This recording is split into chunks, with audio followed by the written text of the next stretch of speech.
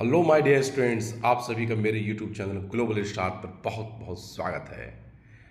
आज मैं फिर से आपके लिए 12th हिस्ट्री के मोस्ट इम्पॉर्टेंट क्वेश्चन की जो शॉर्ट टाइप क्वेश्चन है उसके पार्ट 4 मैं लेकर के आ रहा हूँ आपके साथ। ये शॉर्ट टाइप क्वेश्चंस की जो पॉइंट्स, जो इसके आंसर के पॉइंट्स हैं, आप उन पॉइंट्स को आप short type, very short type या लॉन्ग टाइप आंसर में आप यूज़ कर सकते हैं। तो चलिए बिना देरी किए हुए इस क्लास को पूरी करते हैं हम लोग। ये है चैप्टर नंबर 4, जिसमें बौद्ध धर्म और जैन धर्म के बारे में बताया गया है इस चैप्टर में, और इसके अति लघु उत्तरीय प्रश्न हैं। और आपसे मैं रिक्वेस्ट ये कर रहा हूँ कि अगर आपको ये वीडियो पसंद आए तो प्लीज़ आप इसे लाइक कीजिएगा, शेयर कीजिए और सब्सक्राइब भी करवाइए अपने दोस्तों से, खुद कीजिए। ठीक है, चलिए शुरू करते हैं। पहला प्रश्न है कि जैन शब्द का क्या अर्थ है। देखिए, जैन शब्द का क्या अर्थ है, तो हम सभी को मालूम है कि जैन जो है किसी धर्म का नाम है, किसी संप्रदाय का, किसी विश्वास, सोच, आस्था का नाम है। तो उस पर हम चलते हैं कि जैन शब्द जो है एक शब्द है जिन शब्द से बना है। ठीक है, जैन शब्द जो है जिन शब्द से बना है, जिसका अर्थ होता है विजेता। मतलब जैन उसको कहते हैं जो खुद पर विजय प्राप्त कर ले, जो खुद को जीत ले, उसे जैन कहते हैं। ठीक है, तो जैन जो है शब्द जिन से बना है, जिसका अर्थ होता है विजेता। अब अगला प्रश्न देखिए, स्तूप। ये बहुत ही हिट क्वेश्चन है। स्तूप क्या है? हम लोग सुनते हैं सांची का स्तूप, ये स्तूप, वो स्तूप सुनते रहते हैं जो बौद्ध धर्म से ही रिलेटेड है। तो अब स्तूप के बारे में प्रश्न आ जाएगा, स्तूप क्या है? तो स्तूप का संस्कृत अर्थ होता है टीला, ये ढेर या थुआ। ठीक है, अब जो टीला बना होता है उसी को स्तूप कहते हैं। और ये जो जनरली है, ये महात्मा बुद्ध का जो परिनिर्वाण हुआ था, जब उनके मृत्यु के बाद, परिनिर्वाण के बाद, तो उनकी अस्थियों को जगह जगह पे छीड़ दिया गया था और वहीं पर फिर से एक टीले का निर्माण किया गया, जिसको स्तूप कहते हैं। तो चलिए आंसर पढ़ते हैं कि स्तूप का संस्कृत अर्थ टीला है, ढेर या थुआ होता है। महात्मा बुद्ध के परिनिर्वाण के बाद उनकी अस्थियों को 8 भागों में बांटा गया तथा उन पर समाधियों का निर्माण किया गया, इन्हीं को स्तूप कहते हैं।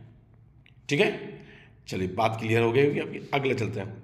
जैन धर्म के त्रिरत्न क्या है? तो जैन धर्म के त्रिरत्न, त्रि मतलब 3 और रत्न है, 3 अमूल, मतलब क्या बोल सकते हैं उसको, अनमोल बातें क्या है? तो जैन धर्म के 3 अनमोल बातें, त्रिरत्न क्या है? सम्यक ज्ञान। ठीक है, सम्यक मतलब अच्छा, सही ज्ञान, अच्छा ज्ञान।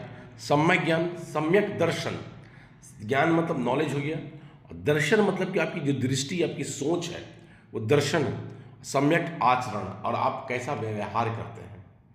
तो 3 है, सम्यक ज्ञान, सम्यक दर्शन और सम्यक आचरण।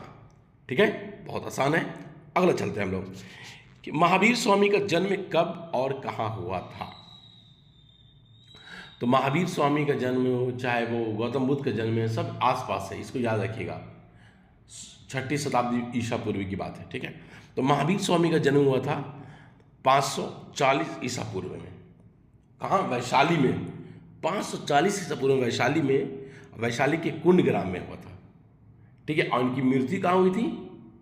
पावापुरी में, नालंदा जिला में एक जगह है पावापुरी, वहीं पर इनकी मृत्यु हुई थी। और इनका वहाँ पर स्थल है, मृत्यु स्थल जो है, जिसे जल मंदिर कहते हैं। ठीक है, पावापुरी में। चलिए आगे बढ़ते हैं। धर्म चक्र परिवर्तन से आप क्या समझते हैं? धर्म चक्र परिवर्तन से आप क्या समझते हैं? परिवर्तन नहीं है, प्रवर्तन। ठीक है, एक्चुअली ये जो प्रश्न है गौतम बुद्ध से है। जब गौतम बुद्ध को जब ज्ञान की प्राप्ति हुई, और ज्ञान की प्राप्ति गौतम बुद्ध को कहाँ होती है? बोध गया में, बोधि वृक्ष के नीचे। और वहाँ जब ज्ञान की प्राप्ति होती है तो वो अब उपदेश देना शुरू करते हैं। तो पहली बार जहाँ वो उपदेश दिए, उसी घटना को धर्म चक्र प्रवर्तन कहते हैं। अब पहली बार उपदेश कहाँ दिए थे? सारनाथ में। और सारनाथ कहाँ है? बनारस में, यूपी में। ठीक है, तो उसी घटना को धर्म चक्र प्रवर्तन कहते हैं। याद रहेगा, बहुत आसान चीज़ है। चलिए आगे बढ़ते हैं। सांची की स्तूप की खोज किसने की? सांची की स्तूप की खोज किसने की? ऑब्जेक्टिव में आ सकता है, और इसके क्वेश्चन को, मतलब इसके पॉइंट को आप दूसरे आंसर में भी यूज कर सकते हैं। इस सांची की स्तूप की खोज 1818 ईस्वी में जनरल टेलर ने की थी। सांची की स्तूप कहाँ है? मध्य प्रदेश में। मध्य प्रदेश के रायसेन जिले में है। सांची की स्तूप कहाँ है? मध्य प्रदेश में। मध्य प्रदेश के रायसेन जिले में है। इसकी खोज 1818 ईस्वी में जनरल टेलर ने की थी। ठीक है, आगे देखते हैं। महात्मा बुद्ध का जन्म कब और कहाँ हुआ था? देखिए, महावीर स्वामी का है, अब महात्मा बुद्ध कब आ गया? तो महात्मा बुद्ध का जन्म 563 ईसा पूर्व में हुआ था। कपिल वस्तु के निकट लुम्बिनी में हुआ था। ठीक है, कपिल वस्तु के निकट लुम्बिनी में हुआ था, इसको याद रखिएगा। ठीक है, अब अगला देखते हैं। अमरावती का स्तूप कहाँ है? तो अमरावती का स्तूप जो है ये कहाँ है? आंध्र प्रदेश में है। अमरावती का स्तूप कहाँ है? आंध्र प्रदेश में है। ठीक है, अब देखिए प्रश्न नंबर 9। बौद्ध संघ में प्रवेश करने वाली प्रथम महिला कौन थी? देखिए, बौद्ध धर्म थे तो उसका एक संघ, एक मीटिंग सभा होती थी, और संघ के जैसे जो कॉन्फ्रेंस जिसको बोलते हैं या यूनियन कहते हैं, जो संघ होता है, फेडरेशन, तो उसका एक बौद्ध धर्म का भी संघ था।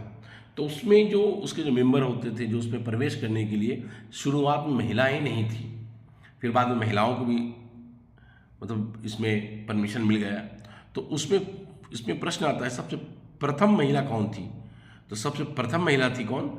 महात्मा बुद्ध की जो मौसी थी, जिसको प्रजापति गौतमी कहते हैं। आपको पता है कि महात्मा बुद्ध की माता की मृत्यु बहुत जल्दी हो गई थी, उनकी बचपन में ही हो गई थी, वो जो बहुत छोटे थे, जब शिशु अवस्था में थे, बहुत ही छोटे थे, उसी टाइम हो गई थी जब वो गोद में थे।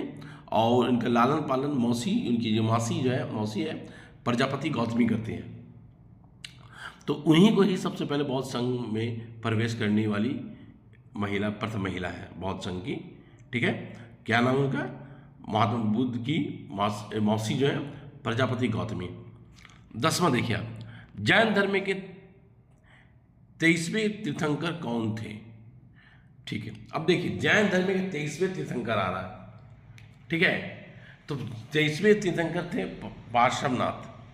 एक्चुअली आपको बता देते हैं कि जैन धर्म बहुत पुराना धर्म है, बौद्ध धर्म से भी ज़्यादा पुराना है। बौद्ध धर्म से भी ज़्यादा पुराना जैन धर्म है, क्योंकि जैन धर्म जो है वो बहुत पहले शुरू हो गया था, और इसके अब तक 24 तीर्थंकर हुए थे।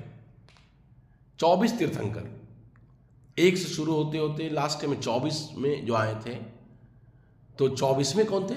महावीर स्वामी थे, जिनके बाद जैन धर्म बहुत अच्छे से फैला और बहुत ही फला फूला, लोगों ने उसको एक्सेप्ट किया, स्वीकार किया, और उस पर लोग उसके बताए रास्ते पर चले। लेकिन उसके प्रथम तीर्थंकर और 23वें तीर्थंकर और अंतिम तीर्थंकर, ये प्रश्न आता है। तो प्रथम कौन थे? ऋषभदेव, जिसको आदिनाथ भी कहते हैं, फिर 23वें कौन थे? पार्श्वनाथ। ठीक है, पार्श्वनाथ, जिनका जो है यहाँ पर मंदिर है, ठीक है, समाधि स्थल है पारसनाथ में। ठीक है, पारसनाथ की पहाड़ी पर, झारखंड में।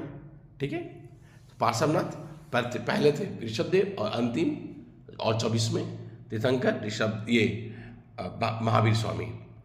अब आज का अंतिम प्रश्न है कि चतुर्थ बौद्ध संगीति के अध्यक्ष कौन थे? तो चतुर्थ बौद्ध संगीति, देखिए बौद्ध संगीति की जो समिति होती थी, पहली बार समिति हुई जब मीटिंग कब हुई? महात्मा बुद्ध की मृत्यु के समय, फिर उसके 100 साल बाद, फिर उसके कुछ 100 साल के बाद, फिर लास्ट में आके कनिष्क ने किया, कनिष्क के राज में हुआ था। तो प्रथम बौद्ध संगीति हुआ था कहाँ? राजगीर में, याद रखिएगा, राजगिरी में।